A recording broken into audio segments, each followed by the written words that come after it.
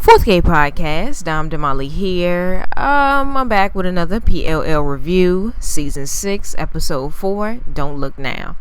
Okay, this is going to be more of a discussion today because I don't even really feel like doing this. The episode wasn't bad. I'm just not in the whole Pretty Little Liars mood. You know, I was real excited in the beginning.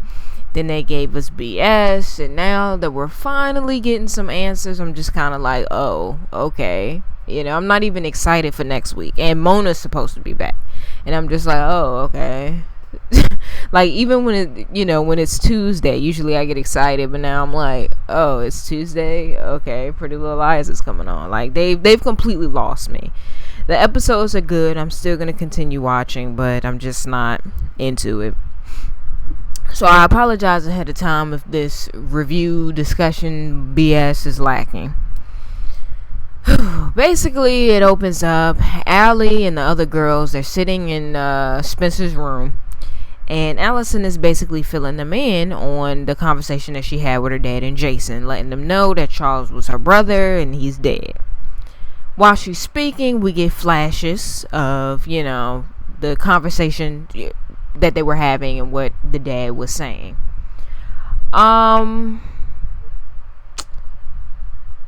Spencer is cracked out again, basically. She has a conversation with Aria later on in the episode about the pills. Aria then threw them away because they weren't working. We see Spencer digging through the trash, which is lower than low, which is the low of the low. Like, she's on crack. That's what it looked like.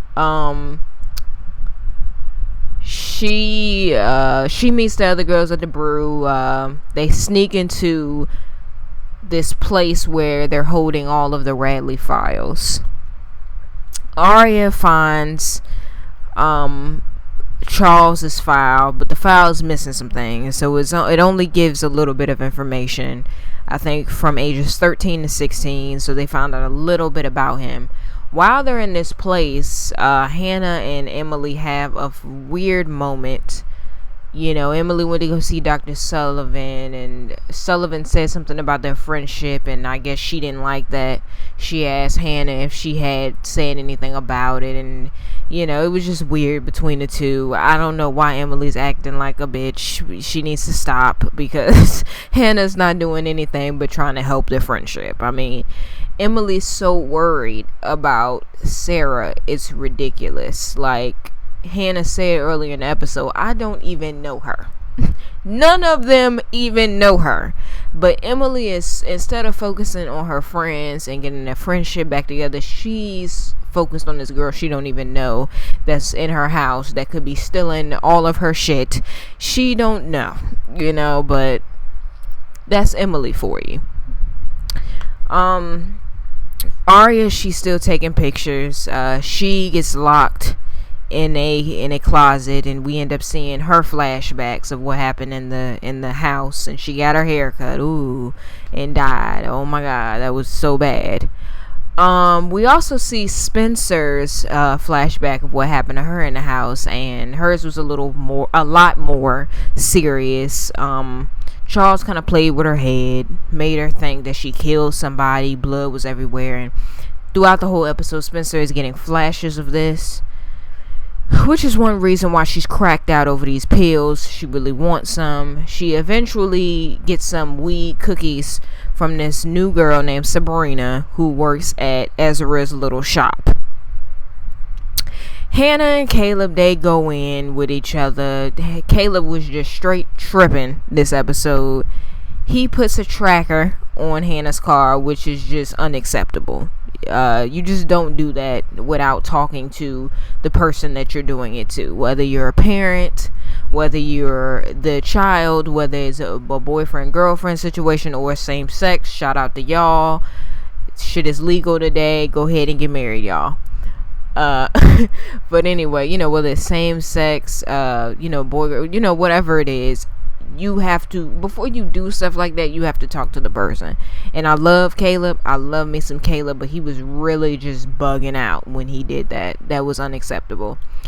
Hannah ends up asking him for space because he was like planning to stay a couple of nights or a couple weeks, knowing Caleb it may have been a couple months, and Hannah just wasn't having it. He's all up in her grill. He's just doing too much, and she asked for space. I really think that space for her meant to just get the fuck out my face. You can text me once a day, maybe call, but get the fuck out my face. And I think Caleb kind of took that as a breakup. But who knows? I really don't care about that shit at this point. So whatever. Allison, Hannah, Spencer, and Jason, they go to the great aunt's house or whoever. And we also get a flashback of what happened to Jason once he got out the hospital, because we've all been wondering, like, what the hell happened? Did somebody take him? Did he leave? But we get an answer to that. So they're at the house and nothing's really going on in the house, but they find a grave in the back and they're starting to put two and two together. Throughout the whole episode, Hannah's like really skeptical of every fucking thing. So she's like, okay, he's probably not in the grave. This is a setup. So she starts digging it, but it's like, oh, the grave's been here for however long, whatever. Aria ends up opening up to her father about some of what happened in the house. I thought that was a decent little scene because, at least some of them are opening up. We got Emily and Sara. They want to go skinny dipping in the damn pool, so they go to the pool. And oh yeah, because Sara had left because she had overheard Emily and her mom talking, and it hurt her feelings, I guess. So she left, and they're at the swimming pool, swimming, kicking it, and being flirtatious, and whatever. They didn't kiss though, which was a huge letdown because obviously it's gonna happen. I don't know what they're waiting for. I mean, any other time with Pretty Little Liars, they're shoving people in our faces, shoving relationships in our faces, and all of a sudden, Sarah Harvey, they want to take slow. I don't get it, okay? We all see that it's coming. Just go on and do it. Don't make this different or difficult. Just go on and do it.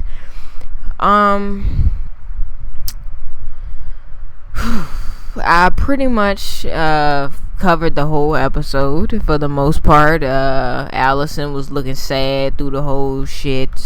Jason's confused. Everybody's goddamn confused. Spencer was cracked out. Aria. I'm gonna need you to get some chocolate in your life, because that guy who was in the Photoshop, he wanted a piece of Aria. Y'all can't tell me that he won't looking at her like, and he has some sexy lips. So I'm gonna need her to let Ezra go. Let them white boys go. Shout out to the white boys though. But let them white boys go and get some chocolate in her life. Hannah's outfits were really nice this episode. Shout out to Caleb, but he needs to get off her dick. Like, for real. Spencer's tan is still looking beautiful. I'm so happy Toby wasn't in this episode, because I'm too done with him. I hope she has fun with her weed cookies. I don't have nothing against that. I do want to say this. To all the people who were saying Mrs. Hastings was tripping out and bugging when she didn't let Spencer get the pill so she can sleep, all of y'all suck a motherfucking dick.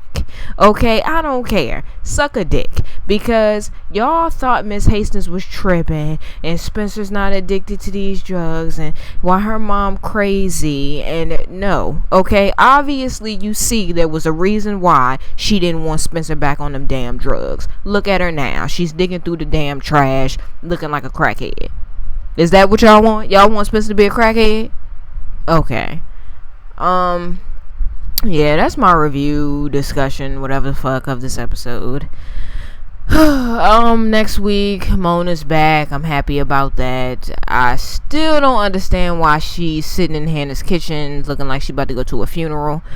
But I'm guessing they're going to explain that, Sarah Harvey, you need to give Emily the coochie because I'm getting tired of this. Okay, shout out to the lesbians out there, but I'm getting tired of this. They need to go on and do it and call it a day. Yeah, that's my review. Peace. You were tuning into the Fourth Gate Podcast with Dom Damali.